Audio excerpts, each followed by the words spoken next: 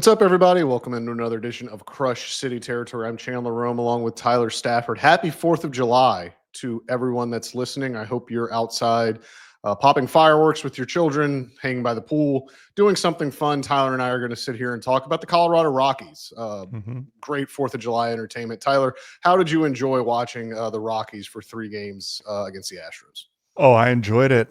They are a baseball team. It's fun. I had the thought watching them that when your team is good, uh, unearned runs don't count in your head. You just go like, well, that happens sometimes. You push it off.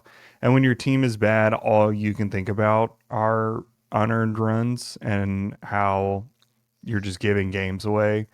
And that's what it must be like for the 47 Rockies fans who are watching on TV regularly. So feel bad for them. I'm sure you had some very normal responses to the Astros losing a game to the Rockies. I'm sure nobody was weird in your mentions about that. Oh man, it was Joe Espada was manager of the year going into that game, and he exited the game as the next manager that needs to be fired because Yeah. some guy named Jordan Weems threw a second inning against the worst team in modern history before they go to Dodger Stadium. Almost like he wanted to keep his bullpen fresh, Mm-hmm. almost like they knew they had won the series and they were going to try everything they could to win that game on the final game on Thursday, and they did. Joe Espada was pinch hitting a ton of guys, pulled a lot of levers at the end of the game, got matchups he wanted, but they weren't going to chase a win at the expense of what they're looking at in the long term. And I think this is instructive for people because this is like last year, their downfall last year was that they started 12-24. And so as a result of that, Joe Espada had to chase wins from about early June on just to get out of that hole, to get back on top of the division. They ran their leverage relievers into the ground. They ran a lot of their position players into the ground. Jose Altuve fatigued toward the end of the season. A lot of their guys that they just couldn't afford to either get off their feet or give a DH day or things like that because they had to win. The luxury of entering yesterday's game 18 games over 500 and with a 7-game lead over the Mariners in the division is I'm never going to sit here and say that a team goes into a game trying to lose. The Astros did not do that.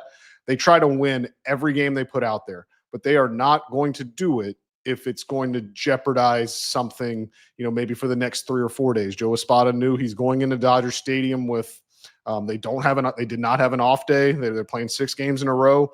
They had to use a good bit of their bullpen at Coors Field because, look, the Rockies are abysmal. But the one thing that was a little bit impressive about them is their lineup took some good at bats against the Astros. And part of that was the environment. A ton of bloop hits, a ton of just balls that got through the infield. But give them credit. They chased Hunter Brown after 6 innings. Colton Gordon, I believe, only threw 5. So did Brandon Walter. So they had to use a good bit of their bullpen in the first 2 games of that series. They did not want to go into Dodger Stadium down all their leverage relievers, especially, everyone was very, very upset that, Jordan Weems pitched a 2nd inning.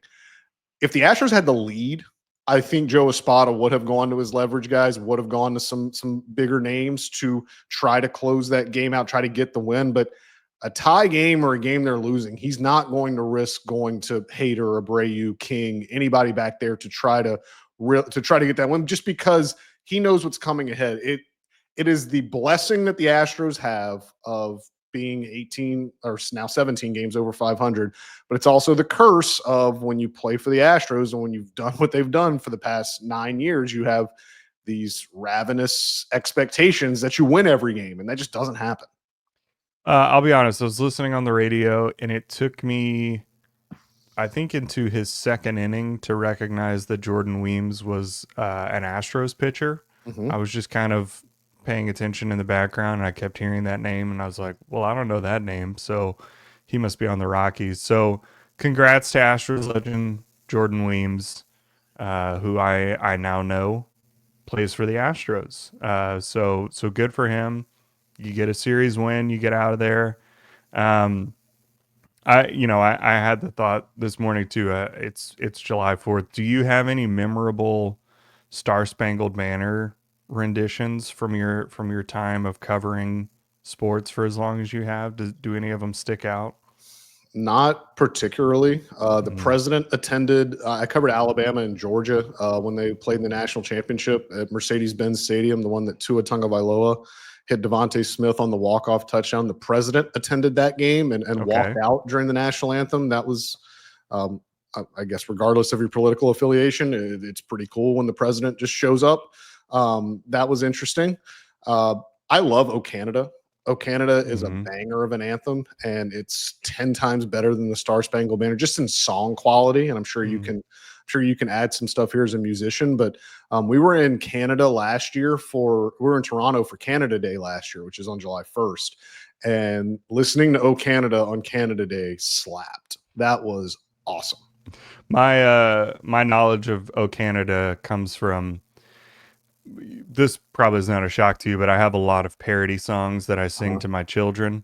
And so Olivia, I often will just be walking around the house and go, Olivia, my sweet and precious girl. And that's as far as I've made it so far. But yes, that's my experience with O Canada. I have sung the national anthem quite a Have bit you? in my life, both in choral form, and then one time I was a counselor at a summer camp, and we had a weekly rodeo, and I had to sing the national anthem there. It's a hard song to sing.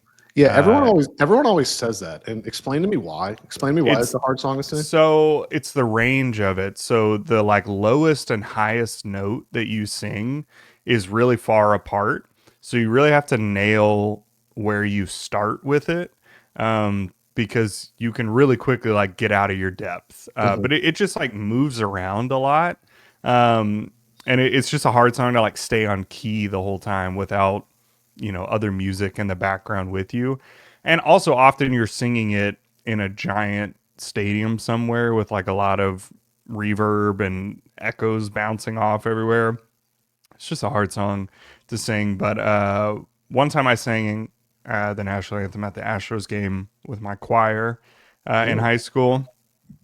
And walking off, I grabbed some of the outfield dirt and I put it in my binder that I carried around in high school. So I had some Minute Maid Park grass that I kept with me for a year or so. So that's my experience with it. But I'm glad we got that out of the way. Uh, are you a Clay Walker fan that they just like keep bringing him out to sing the national anthem for no reason? I love that he's got a job. Uh-huh. Eight games a year, he gets to just come out and sing at NRG, or is that still the name? Is I this? think so. I Yeah. think so. I think they're trying to move, but yeah, I think Yeah. for now it's NRG. Um, that took me longer to get than I'd like to admit that NRG was energy. Yeah, I remember that clicking at one point. I was like, oh, that's good. For the longest time, I probably till college didn't understand why Chick-fil-A had a cow as a mascot. Mm. Like it legitimately, like I consider myself to be somewhat intelligent. It did not register for me why a cow was Chick-fil-A's mascot until I got to like college, and I Hmm. felt so stupid once I figured it out. We should just go down a list of all of those types of things that, Oh took yeah, us way too long. I mean, everyone would certainly start to see why I'm a journalist and not like something actually important in the world when they start to realize kind of my common sense meter. Hmm. Um, the tenor of this conversation should demonstrate to you guys what we have to talk about today, because they just finished through with the Rockies. They're about to have the biggest 180 turn in maybe the history of baseball road trips. They are going from maybe the worst team in modern Major League Baseball history to not the best team in modern Major League Baseball history, but one that has spent as such, the defending World Series champions, Los Angeles Dodgers, that have a bunch of names. They are going to start a certain two-way player on the mound on Saturday that everyone will be excited. PK Hernandez. Yeah, Kike. If Kike gets into this series to pitch, then the Astros have done something well. He's pitched a good bit this year Hmm. for the Dodgers. It's pretty funny. We talk about how the Astros could probably beat the Rockies with their IL roster, with the guys that they have on the injured list. So could the Dodgers probably, and it's more of the pitching side. Tyler Glasnow, Blake Snell, Roki Sasaki, all on the injured list, and they're missing some guys too. You look at the pitching matchups for this. You look at the pitching matchups for this series, and you kind of wonder how the Dodgers are doing this. And to be honest with you, it's kind of the same questions as the Astros. Ben Kasparius is going to pitch on Friday. Shohei Ohtani is an opener at this point, and he's going to be followed by, I believe, Ryan Wrobleski, and then their TBA on Sunday. So how the Dodgers are doing it, it's a little bit easier to explain when you can just say, hey, Mookie Betts, Freddie Freeman, Shohei Ohtani, Teoscar Hernandez, Max Muncy's hurt now, but RIP. They've got, obviously, look, this is going to be the best team that the Astros have played. Hunter Brown will not pitch in this series, which is unfortunate. Framber Valdez will on Saturday, opposite opener Shohei Ohtani. What do you expect to see for 3 games at Dodger Stadium? I expect to see a whole lot of all caps tweets from the MLB account for one team and not the other. No, it'll be good. I mean, it's fun to play the Dodgers. It's, the Astros have had some pretty good memories there. It's always fun to kind of measure yourself up against the other really good teams in baseball. I don't know if this is a hot take. I like watching Shohei Ohtani. He's really good. I like that he can throw 100 miles an hour and hit dingers and run really fast. I think that's fun. So I always enjoy watching him. But yeah, it is interesting the amount of injuries that they've had. You mentioned a couple of people that pitched for them who sound like Roman generals. Like, I don't know that those are real names, but I'm excited to find out about these people. But yeah, I mean, it'll be a good series. I'm glad that the Astros get to throw, some good arms as well. I would not have enjoyed this as much if it were all the back end of the rotation. But yeah, looking forward to it. Looking forward to Cam Smith hitting one out of Dodger Stadium. That's going to be good. That'll be fun to watch. Would you like your Cam Smith stat of the day? Yes, please. He has 10 RBIs hitting cleanup. Since the Astros put him in the cleanup spot, Cam Smith has 10 RBIs. The Astros have 38 RBIs total from their cleanup spot. Cam Smith has hit cleanup in 7 games. So he has got 10 of the Astros' 38 RBIs in their cleanup spot in 7 games. Cool. That is an indictment on the presumed middle of their order of Christian Walker and Yainer Diaz.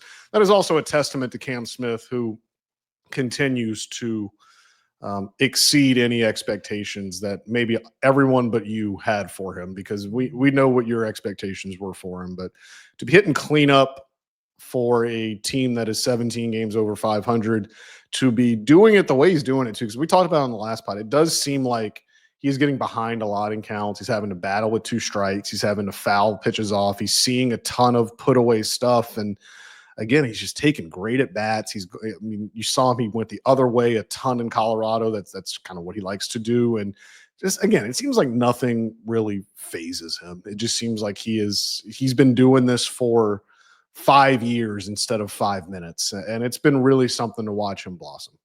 Yeah, I agree. I'm a big fan of watching him. So excited for the Dodgers to get to see him. It'll be good. But he's creeping up on the Rookie of the Year. Watch out, people. The Dodgers will not get to see one of their former farmhands that they traded to the Astros in a deal that no one really remembers, right? Josh Fields. Josh Fields, who cares? Yordan Alvarez will not be going to Dodger Stadium, and we'll talk about him right after a message from our friends at DraftKings. Nothing beats relaxing on a hot summer day and watching baseball. And the simplest way to get in on the action is to download the Pick 6 app from DraftKings. It's crazy simple. Just pick more or less on the stats for 2 or more of your favorite players, and boom, you're in the mix for big cash prizes. Nail your picks and you're heating up. Pick 6 brings upside with payouts up to 500 times. Pick Six from DraftKings is the most fun way to play fantasy sports. Download the DraftKings Pick Six app now and use code FOUL. That's code FOUL for new customers to get a special sign-up offer. Better payouts, bigger wins. Only with Pick Six from DraftKings. The crown is yours. Gambling problem? Call 1-800-GAMBLER. Help is available for problem gambling. Call 888-789-7777 or visit ccpg.org in Connecticut. Must be 18 and over. Age and eligibility restrictions vary by jurisdiction. Pick Six not available everywhere, including New York and Ontario. Void where prohibited. For additional terms and responsible gaming resources, see picksix.draftkings.com/promos. How much coffee did you have to crush to get to that level of energy for that ad read? I've never heard you that energetic in my life. You know, anytime you can endorse a product like DraftKings, that just cultivates the energy right inside of you. I didn't even need to force it. I didn't even need to manufacture it. It was just there. Pick six or more. That was beautiful. Well done. Thank you. I didn't read the last part quick enough. The one that tells you if you have a gambling problem where you can go. So they had to import someone else to be a fast talker. I'm not a fast talker. I'm a slow talker. That was great. I'm proud of you. Thank you. It's the crowning achievement of my life. The crown is yours. Is it? Mm-hmm. Oh, okay. The crowning achievement of perhaps both of our lives is maybe getting the Astros to be a little more transparent about their injury situation. There has been a noticeable difference in the last month and a half in how the Astros have disseminated injury information. I am not going to sit here and take credit for that. I don't think if we have that much influence, then we need a playoff share when this season's over. If we have that much influence, then maybe we should, be talked about as maybe we need at the very least we need an orbit turkey head at the very least, right? Mm-hmm. So now instead of having discomfort and Joe Espada or Dana Brown just gaslight people by saying, "Oh, he's feeling good, he's feeling better," they're now actually giving us specific timelines and specific things that happened, and that led to what someone said on Thursday when it came out. They compared it to a Tolstoy novel, and that is what the Astros released about Yordan Alvarez on Thursday. And I'm going to share the screen on YouTube so we can see the whole statement. If you're on YouTube, you can see it now. This thing was 5 paragraphs long. I'm not going to read the whole thing here. It's on my X account at Chandler_Rome if you want to go look at it. Some highlights. The specialists also reviewed the multiple sets of imaging that had been done previously on Alvarez's hand and concurred with the findings of the Astros medical staff and hand specialists. So good for everyone that was a direct shot at the people that believe that the Astros medical staff is incompetent because, as we've said here, we don't believe that they're incompetent. We just think that, the way that things have been communicated have presented it as such. But the gist of this statement is they avoided the worst case scenario. Yordan went to the hand specialist.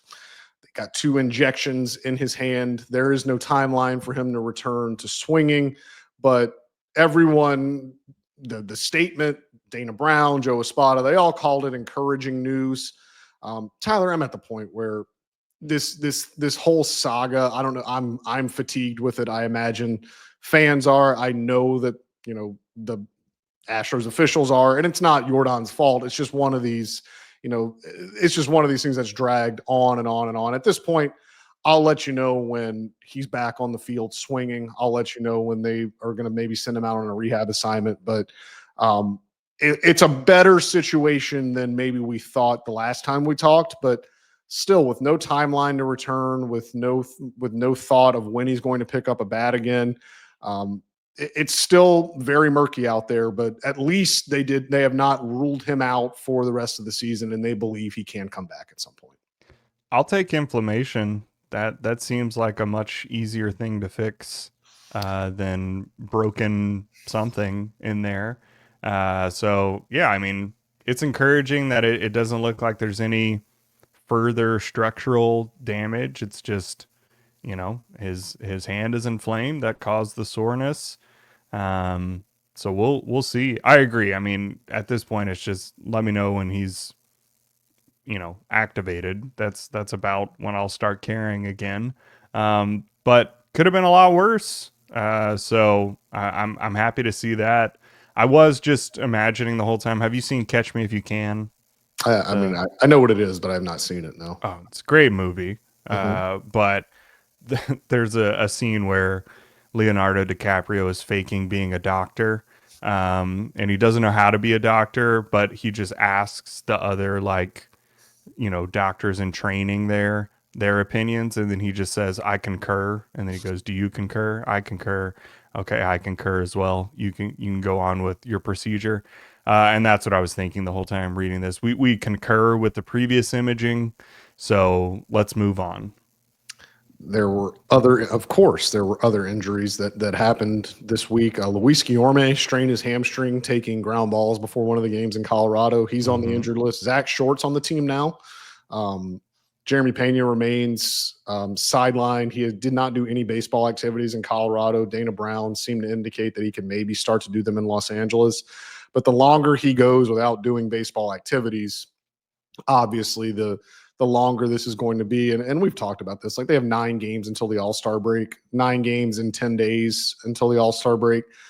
I get Jeremy Pena probably wants to come back. He wants to get back out there. There's that just inherent drive in an athlete. But as we've talked about with the position that they're in, it doesn't make a ton of sense to try to rush him back for what would be, I believe, when he can come back, I believe he would be able to play in 4 or 5 games before the All-Star break. Is that worth it? I'm not sure.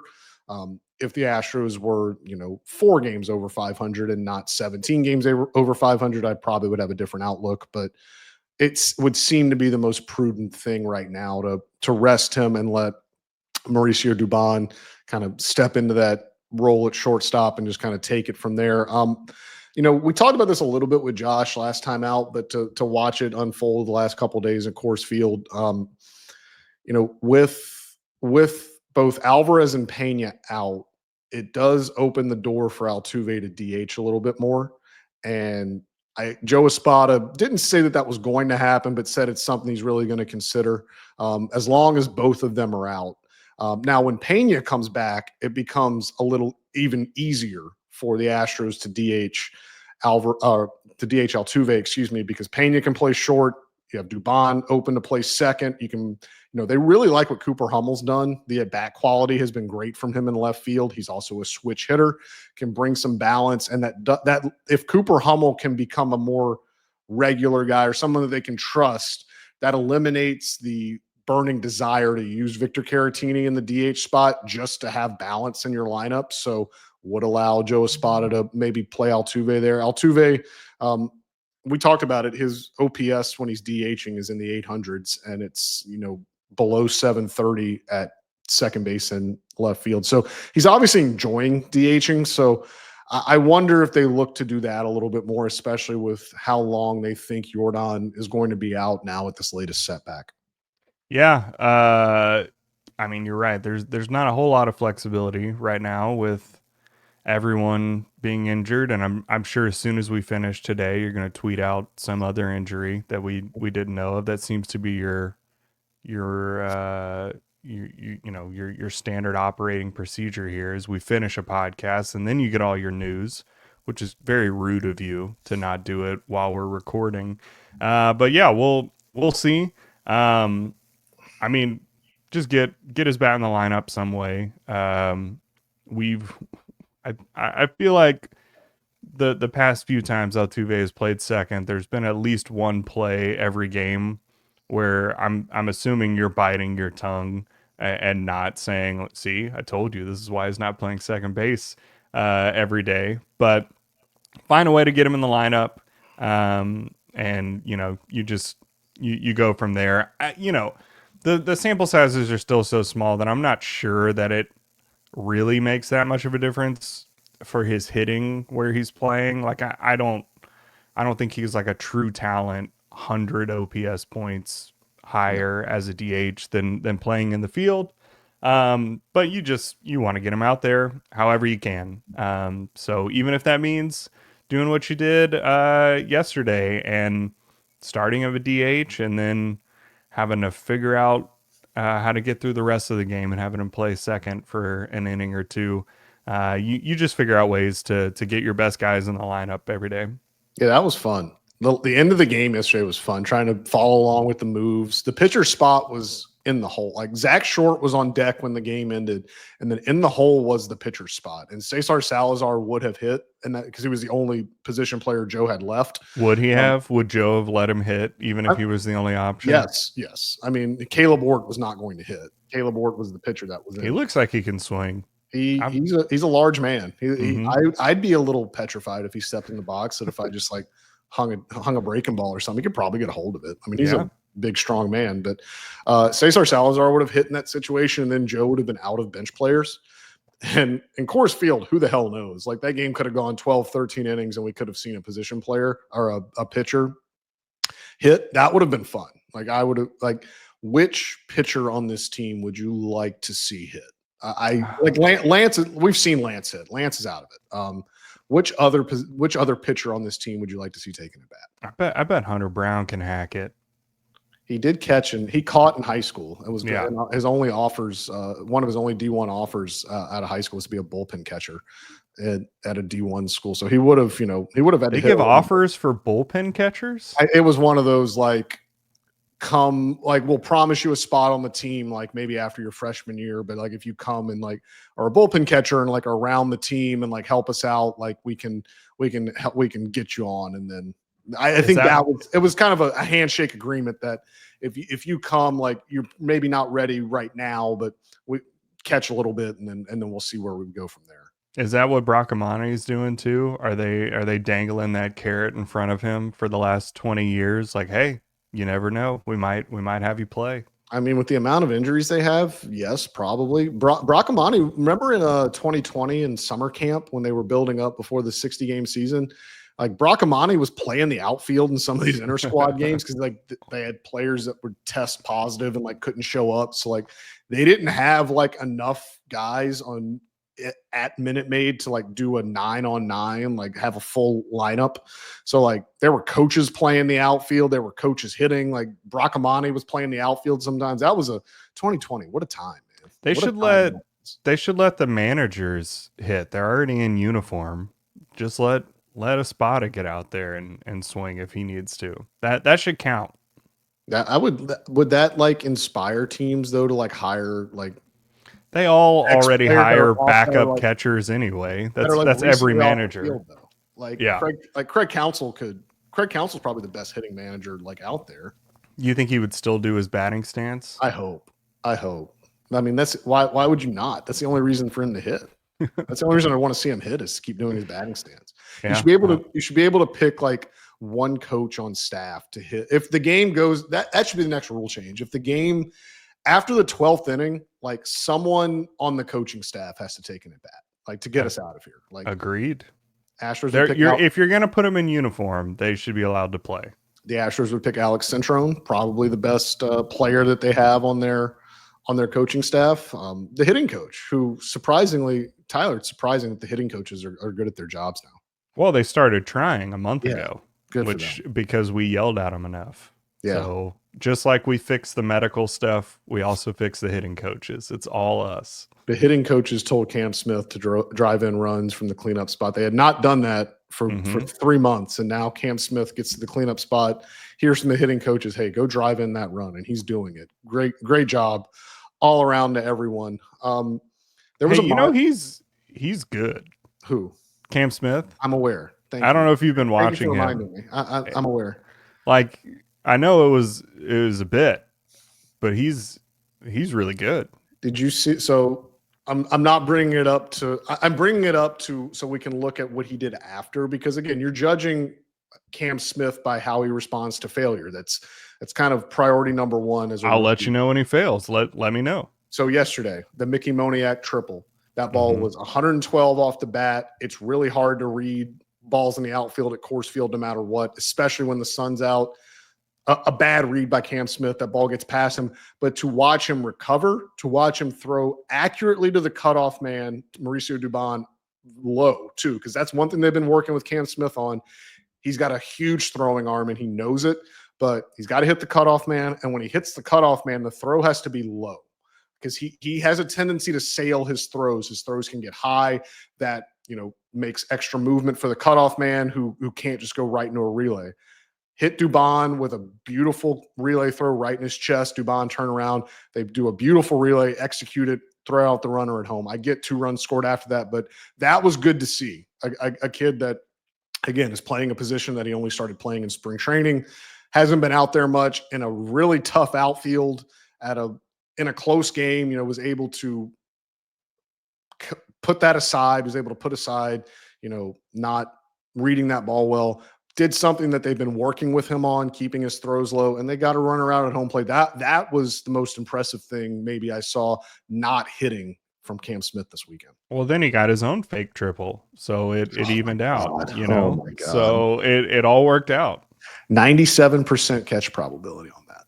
All I see is a screaming triple into the outfield. Way to go. I was waiting on him to homer in his last at bat too. It was going to be a cycle, and we're going to have to explain that triple to a lot of people. But, how did you celebrate Christian Walker extending his hitting streak against the Colorado Rockies? Because they brought that up just about every time he came up to bat, as if that were a stat that any of us cared about. TK and Blum did? Yes. I bet they mentioned it a dozen times this series that he has a 21 game hitting streak against the Colorado Rockies. They gotta protect the brand. I get it. I get it. We all gotta eat. We all gotta do things. We all gotta do things differently. But yeah, he had some. I mean, look, the first game, he had 3 hits, pulled a ball a couple times. It was encouraging the first game, but that's been the problem with Christian Walker all season. You'll see an encouraging game. You'll see an encouraging stretch of 10 at bats. And then the next 50 you're like, what happened? The consistency is just not there. And then the bat spikes this series were ferocious. He had some, look, it's pretty well known by now. Christian Walker is wearing every emotion that this season is wreaking on him. He is wearing it. You can see it. The bat spikes, the staring at the umpire, the slow walk back to the dugout. This week in Colorado, there were a couple bat spikes that were pretty righteous. I doubt Space City Home Network showed them on the broadcast, but again, I feel for the guy. He's working. He's trying. It's just it's not there consistently right now, and who knows? Maybe the All-Star break will be what he needs, but it's rough to watch. Well, the air is so much thinner, so the bat spikes look cooler because you can throw it through the air a lot faster. So he got a lot of practice in this week. But I mean, apparently all he has to do is play the Rockies. I mean, he can't stop hitting against them. He is the Lou Gehrig of players against the Rockies right now.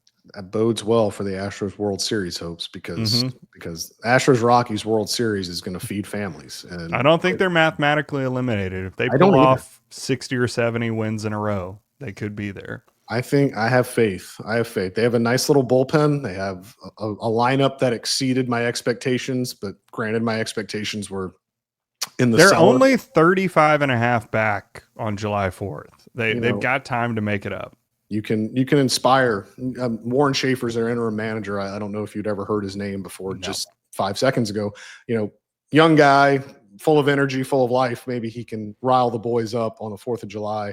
I assume that's Astros legend Jordan Schaefer's cousin or something. I don't believe so. I think it's just another random dude. That's too bad. Oh, it's tough. We did get to see a milestone on Wednesday night at Coors Field for Jose Altuve, another milestone in a career full of them. And we will talk about Altuve and his earnest pursuit of 3,000 hits right after a message from our friends at Foul Territory.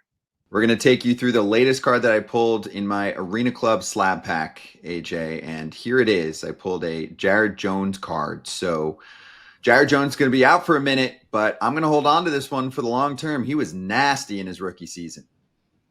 Agreed. This is a great card to pull. It's going to go up in value once he comes back because this guy dealt in his rookie season, gets punch outs, he gives the innings. Once he's back, Scott, you're in it for the long term. Don't give up on Jared Jones or this card you got from Marina Club.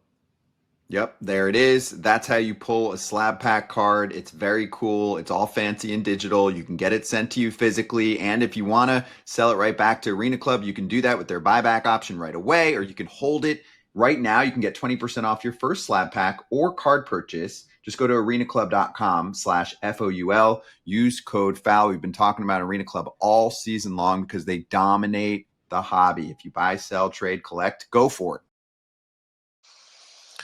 So, Tyler, will you remember where you were when Jose Altuve got his 2,315th hit of his major league career to pass Jeff Bagwell for second on the Astros all-time list? Yes, only because I was changing a diaper at the time. So that will be seared in.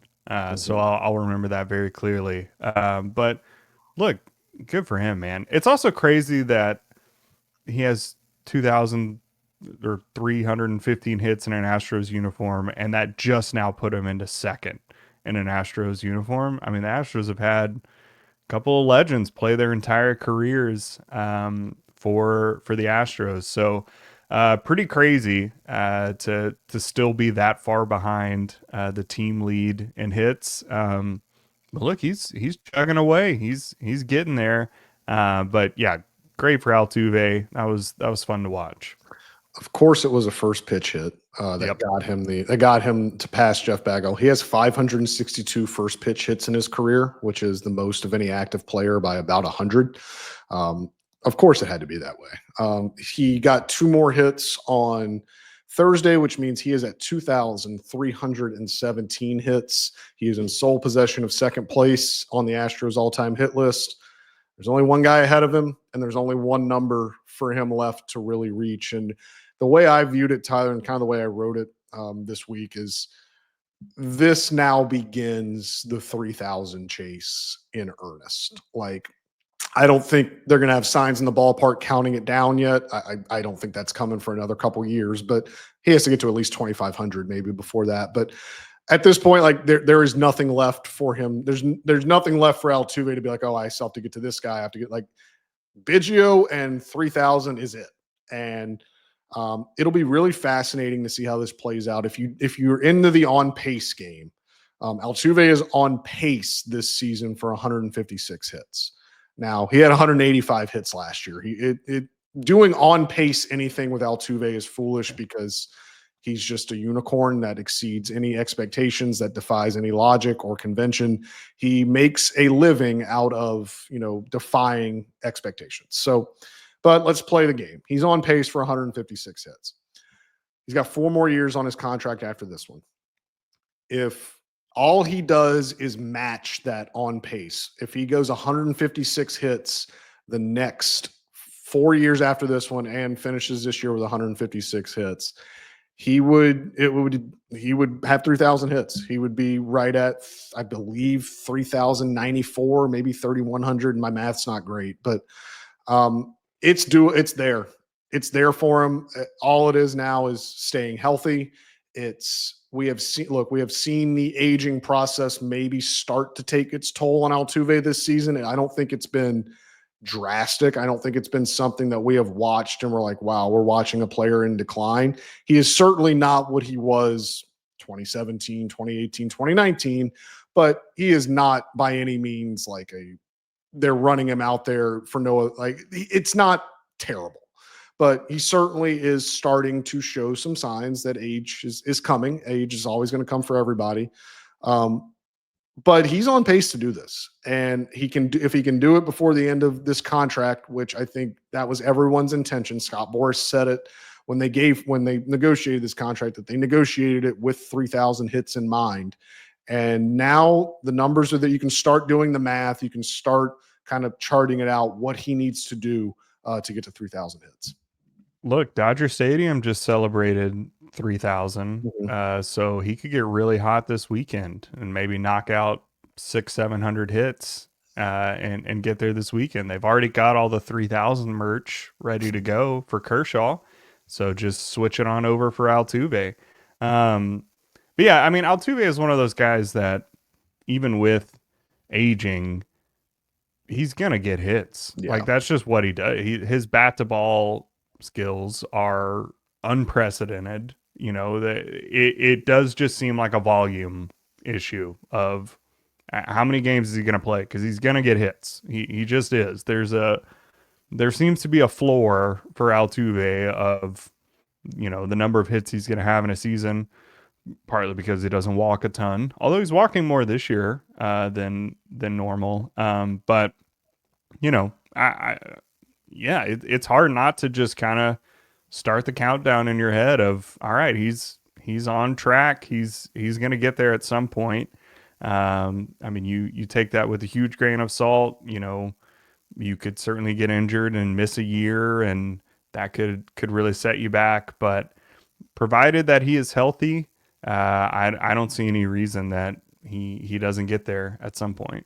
Yeah, and remember, he's doing this. He's still on pace to get 3,000 hits, even after missing 53 games to start the 2023 season when he fractured his thumb in the WBC. The 60-game season in 2020 put a lot of people's pursuits of records in peril, but Altuve has overcome that.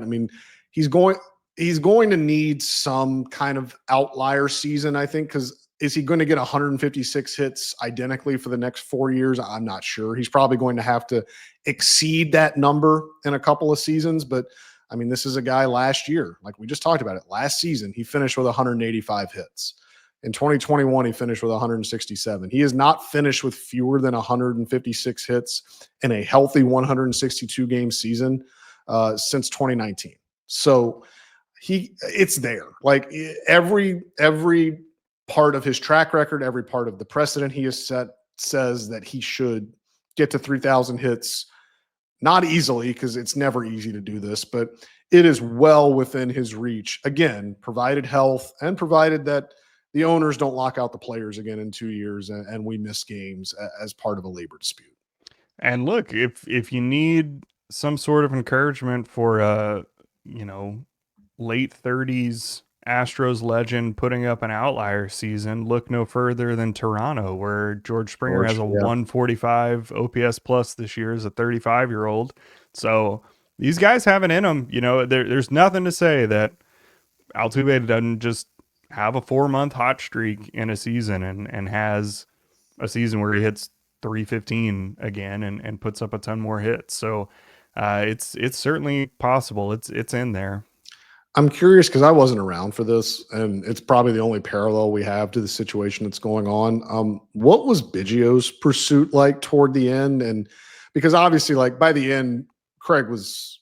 We talked about this when we did the All-Century team. Like he was pretty past his prime toward the end, and it was. I don't want to say hanging on just for 3,000 hits, but that was something that he was obviously chasing. What was it like watching that? And do you think we're in for a similar situation with Altuve?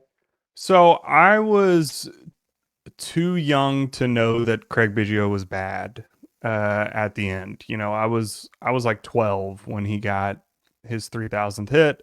So all I knew was like this guy that I've watched my whole life, who's awesome, is still out there getting hits. I was aware that he wasn't the best player in baseball. But I think there's a lot of narrative of like, oh, he was just hanging on for this and the Astros were doing him a favor, which, is true. But I did not feel that. All I felt was that countdown. And so I was very invested. There was an article like every day in the paper that I was reading about how many hits away he was.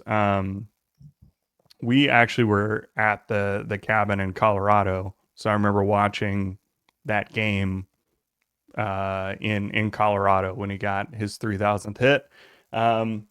And we also were offered tickets for that game. My dad was a pastor growing up, and he wore enough Astros stuff from the pulpit that people would give him tickets every once in a while. Somebody offered us tickets to that game. We were not there.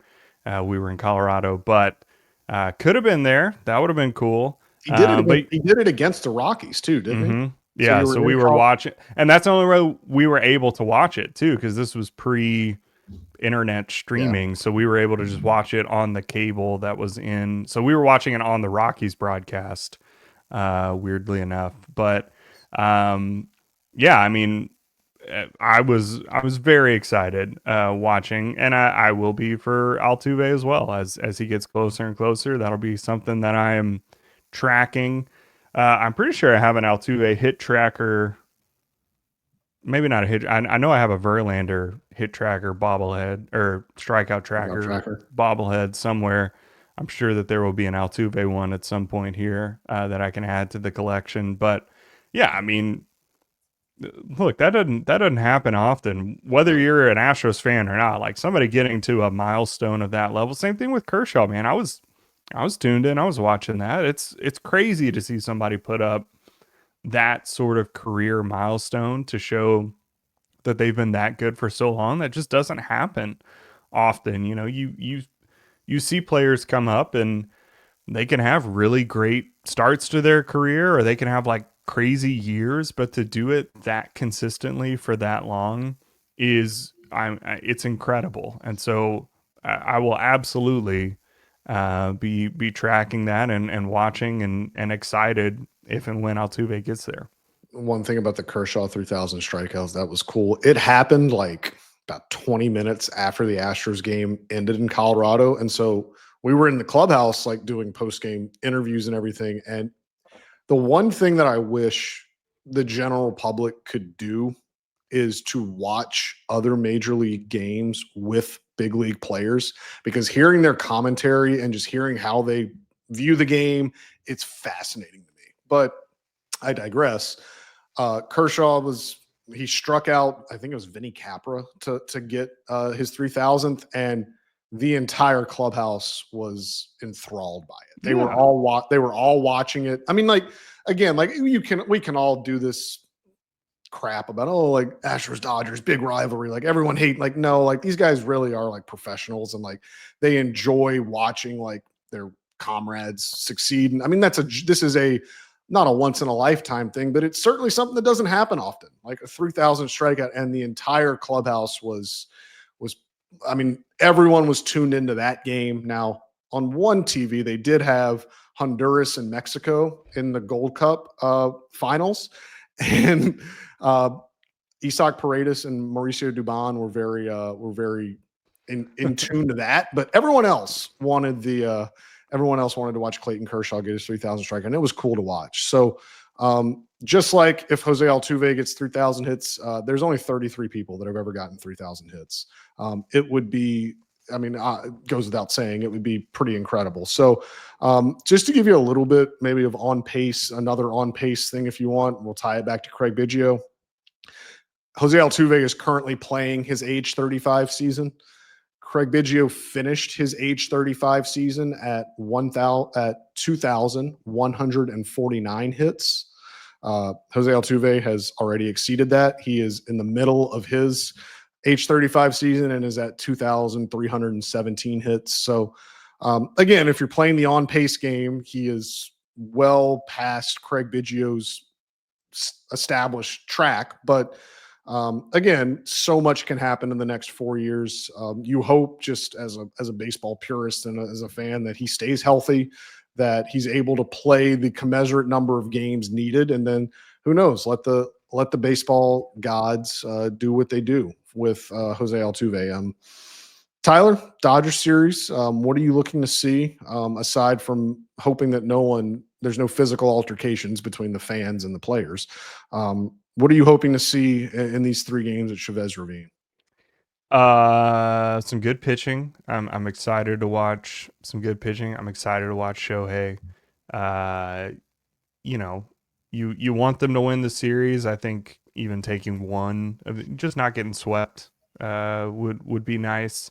That, you know, get out of there healthy, get back, get your orbit turkey bobblehead as a full healthy team.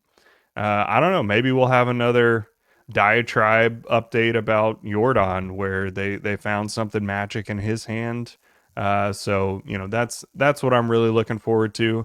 I will say, for those of you who have not, one of my favorite baseball books is called Stealing Home, about, you know, the Chavez Ravine and the Dodgers kind of imminent domaining that. It's a great book. Highly recommend that while you're watching this series.